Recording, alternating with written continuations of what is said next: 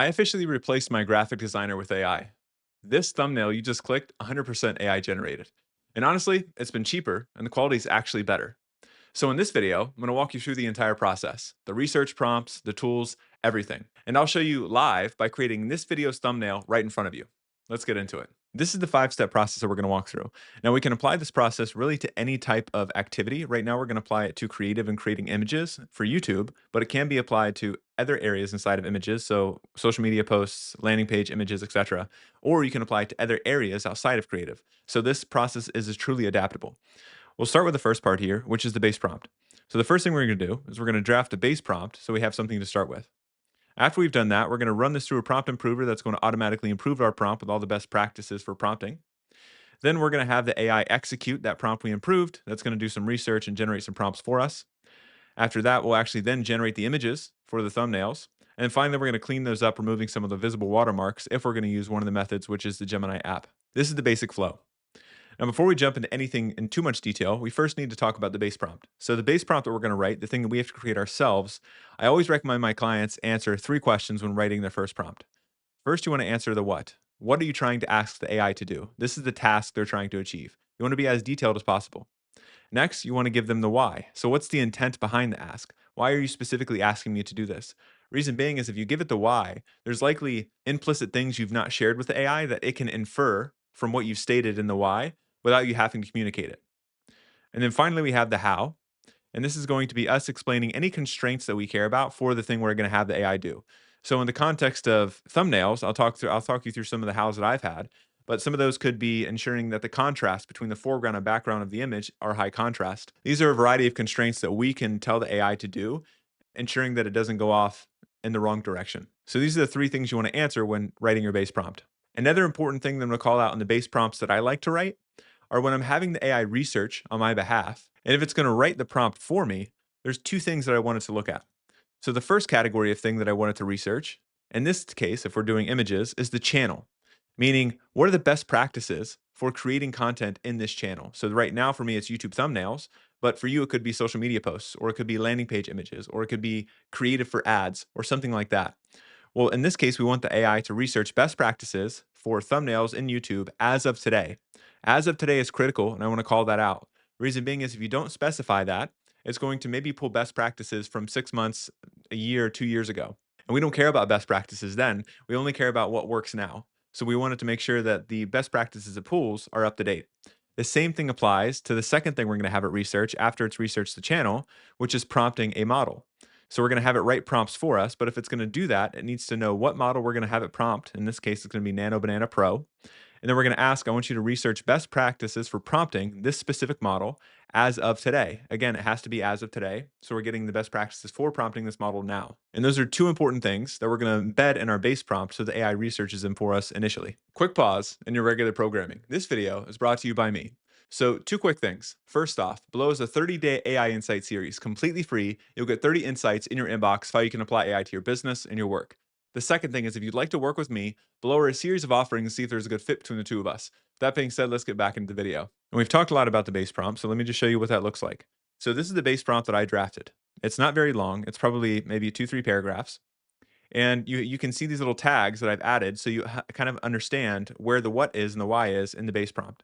I'm not going to walk through the entire thing in detail, but I'll call a few things that I think are relevant. So the very first thing I'll call is this first sentence. So this is the point that I made in the previous slide, where I'm asking the AI to research best practices for the channel. So in this case, it's YouTube thumbnails. So research best practices for creating thumbnails and the best practices for prompting Google's newly created image 3 model. So this is the Nano Banana Pro. And then I reaffirm that the research has to be up to date as of today's date. Again, that's really important, this first sentence. Then after I've done that, I ask it to then provide me back 3 prompts that are optimized for both of these areas that it's researched. And then I keep on giving more detail as to what I want it to do, the how, and things like that.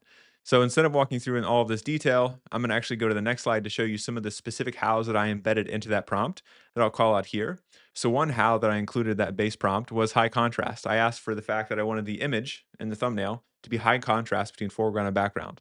I then said I want the focus for the viewer to be on to 1 or 2 items and nothing more. So the focal points in the image have to be 1 to 2. After that, I mentioned that the user is likely going to be looking at these images on their phone and they're going to be scrolling really fast. So they need to be able to intuit what the video is about in just a few milliseconds. So we need to make sure that we grab their attention with that constraint. And then finally, this is something that you probably want to do for most of the images you have AI create for you, is you want it to be more authentic and not over dramatic. Because if not, then it's going to have you making crazy faces that's not like you, and it's not necessarily something that you would do if it weren't AI generated. So you obviously want to make it more authentic and in line with you as a person. And those are some of the hows that I embedded in this previous prompt. And you'll also note at the very bottom of the prompt here, I've basically stated that the user is going to provide you two inputs. One input's going to be the title of the video. The second input's going to be either the transcript or the notes for that video. This gives AI context to know exactly what to write the prompt about. And again, you can apply this really to anything. We're talking about thumbnails right now, but you can apply the same process to social media posts, ads, etc. So now that we have our base prompt, we want to improve it. We want to automatically inject all the best practices for prompting into that model. And what we're going to do here is we're going to take our base prompt, the one that we just drafted.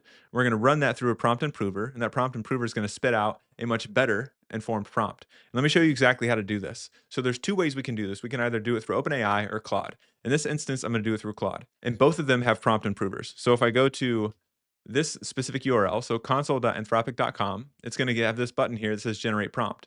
I open this up, and I can then paste in my base prompt here and it'll automatically improve it. So let me grab the base prompt. This is the exact prompt that I showed you, just cleaned up. I'm going to drop it here and I'm going to check this box because we're going to use a thinking model to do the research for us. I'm going to say generate. I'll show you the same thing we can do with OpenAI. So if I go to this specific link here, so it's platform.openai.com, and then I specifically went directly to the optimizer here for the prompt improver. If I paste in my base prompt, I then select optimize. You can see in the upper left-hand corner, I'm optimizing for GPT 5.1. If I wanted to change this, I could change it to a different model, but this is the one that I would probably use if I were going to use OpenAI. And it's going to automatically do the same thing, improve that prompt with all the best practices for prompting GPT 5.1. And the same thing applies for this one that was already improved. So if I scroll through this, you can see already the prompt is a lot longer, but also it's more structured. There's a lot more structure to the prompt, so the AI has an idea of what to do and where to go. Now, instead of walking you through this prompt, I've already ran this in the past, so we can just go back to our presentation and look at the one that was already improved by the AI. And you may ask, why am I improving this prompt if I've already written it? Well, what I like to do with any extensive system prompt that I'm going to use on a recurring basis is that I want to make it as good as possible with all the best practices because I'm going to use it on a recurring basis. I'm going to embed this in a cloud project or a GPT project, and I'm going to come back to that probably 3 to 5 times a week. I don't want to have to rewrite the prompt every single time. All I want to do is drop in the YouTube title and the transcript or the notes, and then let the AI do the rest. And if we do this work up front and we embed this into a cloud project, we don't have to do anything else. And here you can see there's a lot more improvement to this prompt. So we have the beginning portion that we had previously. But then we have structure. So we have step 1, we have step 2, we have step 3, step 4. There's also specificity around the output format, what we should get back from the AI. The fact that we're going to do different types of variants and we want to make sure that each one of those can be A/B tested. It has different steps, including the technical requirements for the thumbnail, and it uses, I would say, more clear language than I used initially, and a variety of other things that have been embedded into this prompt that are improved, dedicated specifically to Claude's models. And now that we have this, let's actually test it out.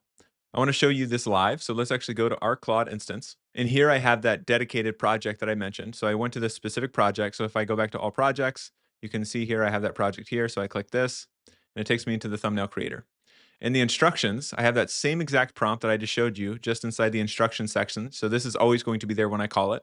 And we're going to include the two things. We're going to include the title and the notes. All right, so I just pasted in all the notes for the video that you're watching right now. Very meta for you. So I have the title here for the video and I have the notes below it.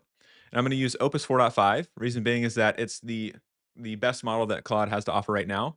It's very good at tool calling, which it's going to do a lot of when it's doing the research. And also it can synthesize a lot of information more effective than other models. So I'm going to allow that to do the work now. We'll come back when it's done. Alrighty, so Claude just finished up and we can see that it did quite a bit of research. So it went to 10 resources or 10 websites for best practices related to thumbnails, and then 10 websites for prompting Nano Banana Pro. After that, it synthesized everything for us below this. You can see that down here, it's given us the specific variants of the different types of thumbnails we're going to A/B test. But most importantly, it's given us the prompts that we can feed directly into Nano Banana Pro. And I want to emphasize this is critical because I don't necessarily know a lot about creative when it comes to creating the best image when taking photos and things like that.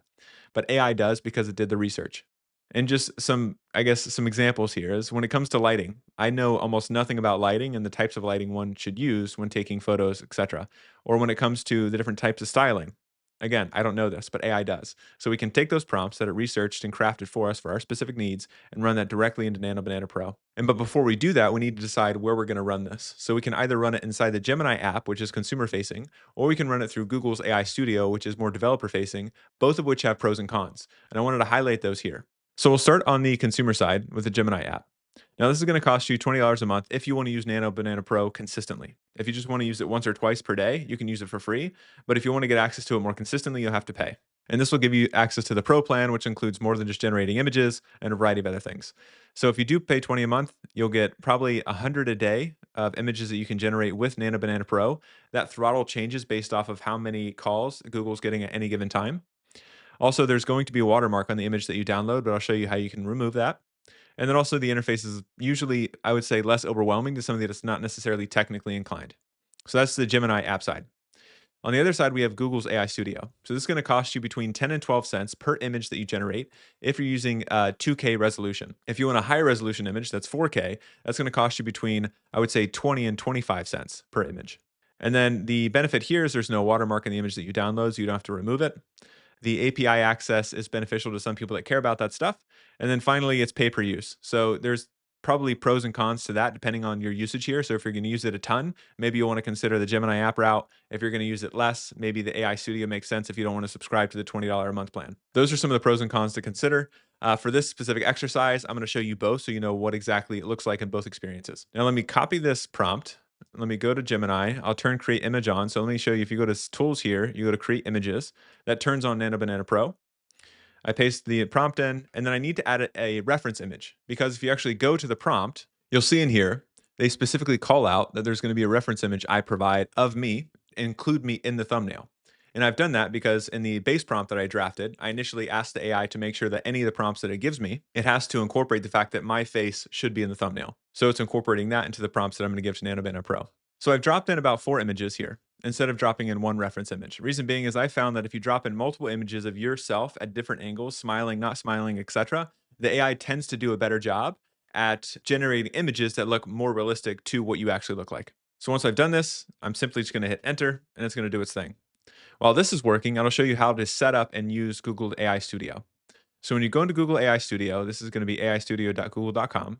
You'll go to the playground, and once you're in here, you want to make sure in the upper right-hand corner, you've selected Nano Banana Pro.